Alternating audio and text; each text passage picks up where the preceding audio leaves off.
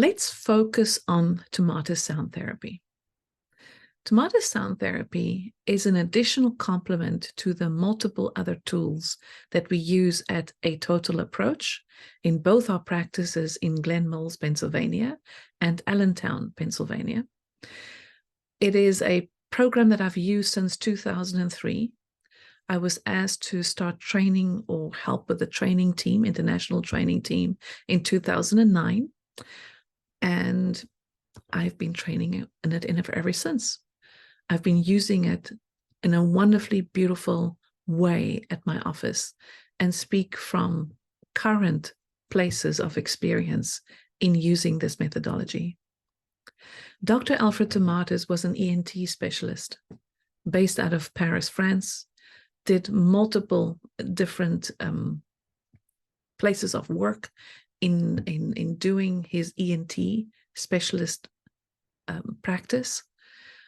His father sent him some opera singers, and he realized that doing the normal surgeries and things like that was not exactly giving him what he wanted. He also worked in factories with occupational deafness. He also discovered Gregorian chants and the shores of Italy. All of these different places together, and also studying philosophy, studying psychology, alongside everything, a brain of magnitude, he came across using a device, an electronic ear, so to speak, to support brain processing in general. So he deserves all the credit that from which we get so many other sound therapies today, and there are multiple different ones out there. I'm trained in several of them, but I still have a little preference for the full Tomatis method. In Tomatis method, you are working with listening integrators. These listening integrators that comes from an audio phonopsychology background that he espoused focuses on sensory domain, cognitive domain, emotional domain, as well as social and language domain. It does not cure any of those pieces, okay? It supports. And this is what early development does in the brain. We're not born speaking. We're not born walking, talking. We have to develop a certain amount of neural networking in order to get through those stages of development as they need to unfold. So this is where I want you to focus on. One of the big pieces of the Tomatis method that is such a wonderful place of being for me is his big focus on intrauterine life. He himself had a history of his own intrauterine experience and birth experience that I will leave you to read in his book, The Conscious Ear. But that intrauterine experience of attaching to the mother's voice that happens in utero, he was the first person to actually talk about it. And now, of course, years later, we know that the truth of that is evidence-based. And he includes this whole mother's voice piece inside of the therapy curriculum, so to speak, of the Tomatis method. And we have seen some wonderful stories when it comes to when children listen to their mother's voice in the same frequency that they listen to in the womb, how that brings a closer attachment, a closer relationship.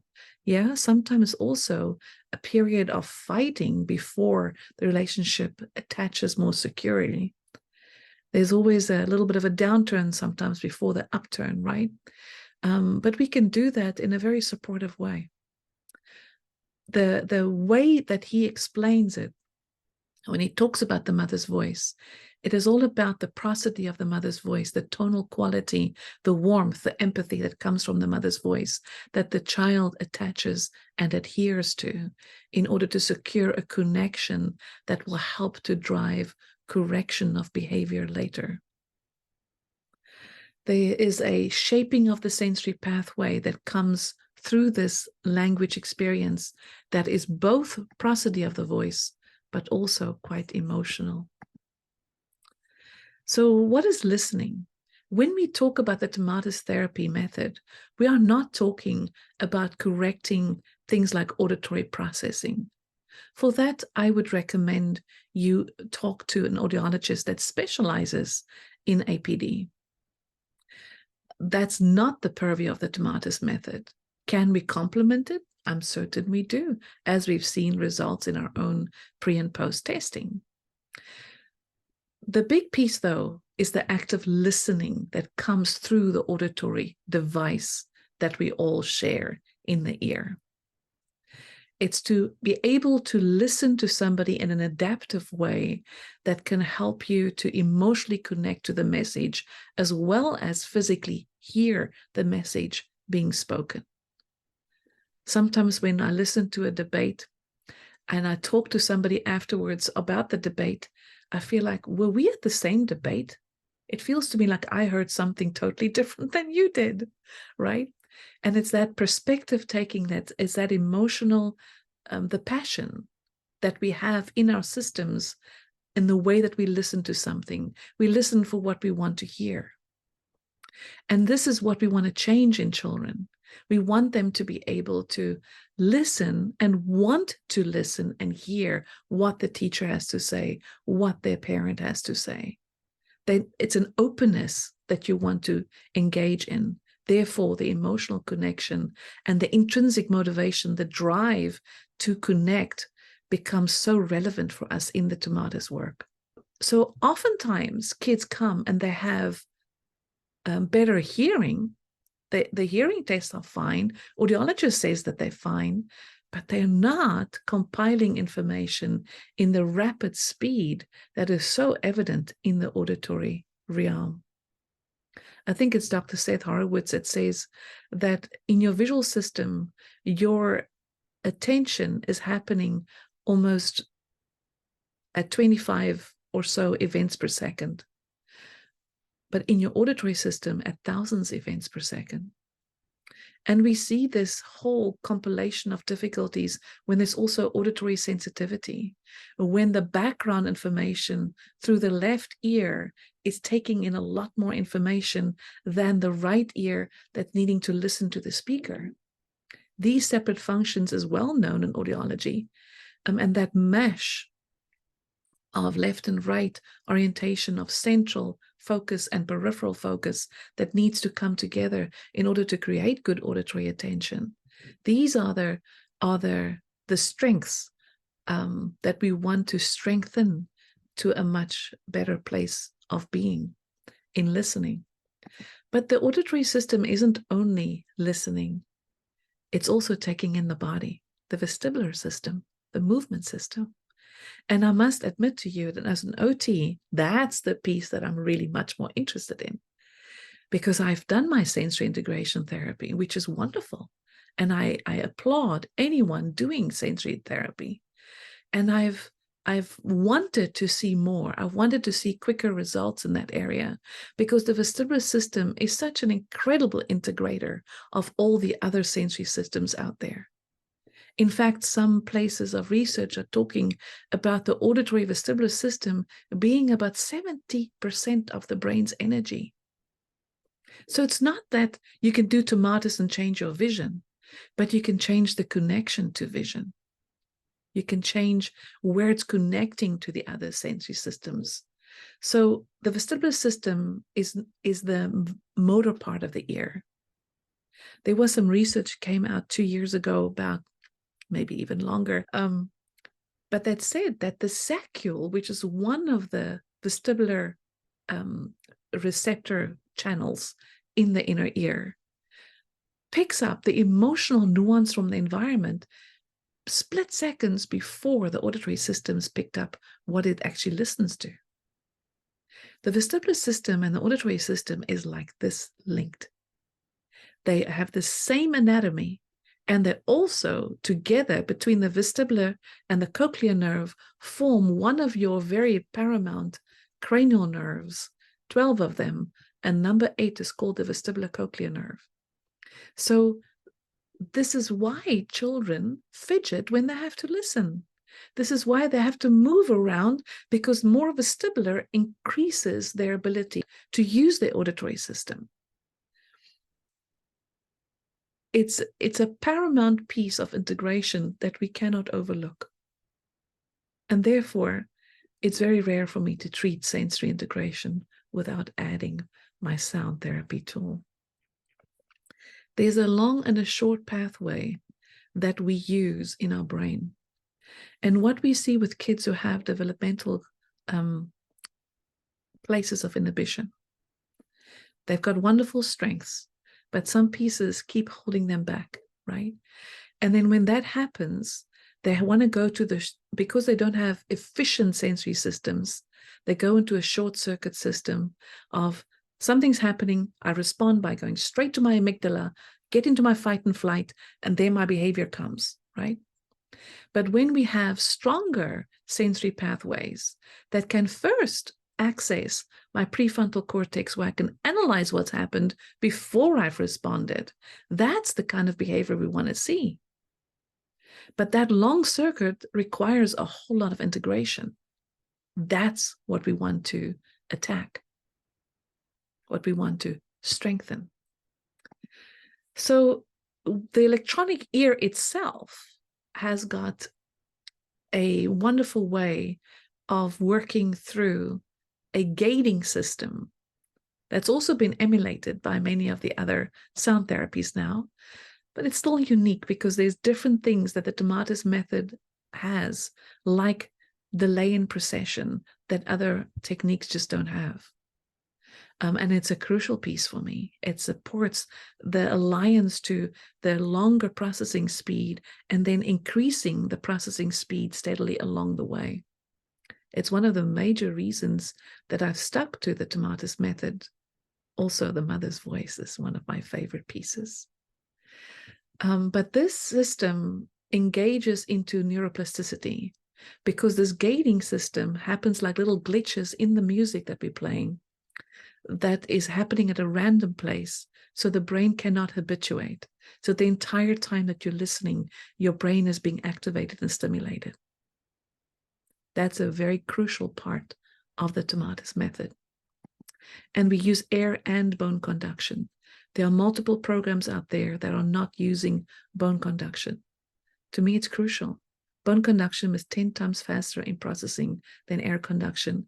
And bone conduction is especially vestibular, which is what I'm interested in when I'm thinking of sensory integration. And that piece for me is crucial. So the bone conduction is done by, in the headphone, there's a bone conductor in the middle of the headphone, and then there's the air conduction coming through the normal ear canal. And that is a, can I say, a cool place of integration between listening and body and listening, and making sure those two come alive together, which is why we see impact in diagnoses like ADHD and attention, and those very intricate places of academics, reading, writing, and we haven't even touched a pencil yet. So the impact, brain stimulation.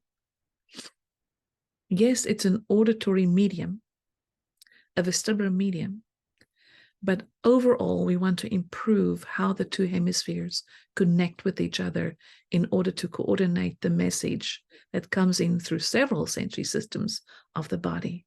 And for that, once my sensory systems can give me the integration that it's required, I can then adapt my motor skill and use what you want to see. Our brain operates like a computer. You have to input the data. You have to then compile this data and file it in my brain. And then I can print out the necessary behavior that I want to see. The printout is the executive. It's what we can all see the child is doing. But before that printout is available, you've got to input the data. And this is where Tomatis sound therapy is so incredibly helpful for me. It definitely is going to support working memory. It's definitely going to support attention, but hear me well. Support. There's other things that you can do alongside those pieces.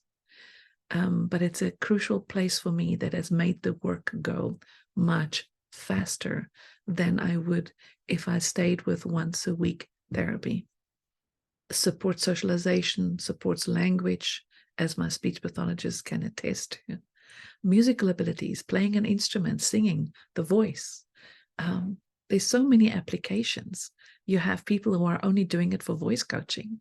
You have people doing it only for academics. You have others doing it for rehab. You have others doing it for socialization. It's not a cure-all, though. And that's where people get a little bit confused. Tomatis can help if the clinician is discerning enough to understand how the tool works. A tool is only as good as the one who knows how to use it. So traditionally, there's different ways that we can work with the Tomatis method. The basic programs are usually 14 days if you're doing the program at home. When the people are doing the program in my center, I change those days because as a consultant, I can really mix up as much as I want for every particular case, what I want. There's basically it's a device that is, if you're doing it at home and you can't come to the center, we send that device home to you and you send that device back to us. That device contains all of the software that's necessary and all the programming that we put into it. The headphone you get to keep. We send you the headphone the first time, and then you keep the headphone because there are maintenance programs and other programs you can use on it after your therapeutic programming is completed. But there's usually 4 tracks per day that you can do either 10, 15, or 20 minutes per day. If you are a parent and you're interested in the Tomatis method, find somebody with a clinical expertise of your child's concern. Somebody that can understand that particular notion. If the child is autistic, find somebody that knows and understands and works with autism. We're not specialists in everything. If it's something with reading, find somebody that understands that work well, because the tool is usually a better complement to where the frame of reference from the clinician comes from. And Tomatis has an ethical code of conduct too, that we don't claim to be who we are not to be. And that's held very strongly. There's also, there's some breaks between the intensives. So sometimes you can do Tomatis for 8, 9, 10 intensives if you want. Most of the times in my practice, it's 1 to 3 intensives that I like to use in combination with my other tools that I have. And it will really depend on what clinician and what that you are contacting in order to help your child. Until next time, take care.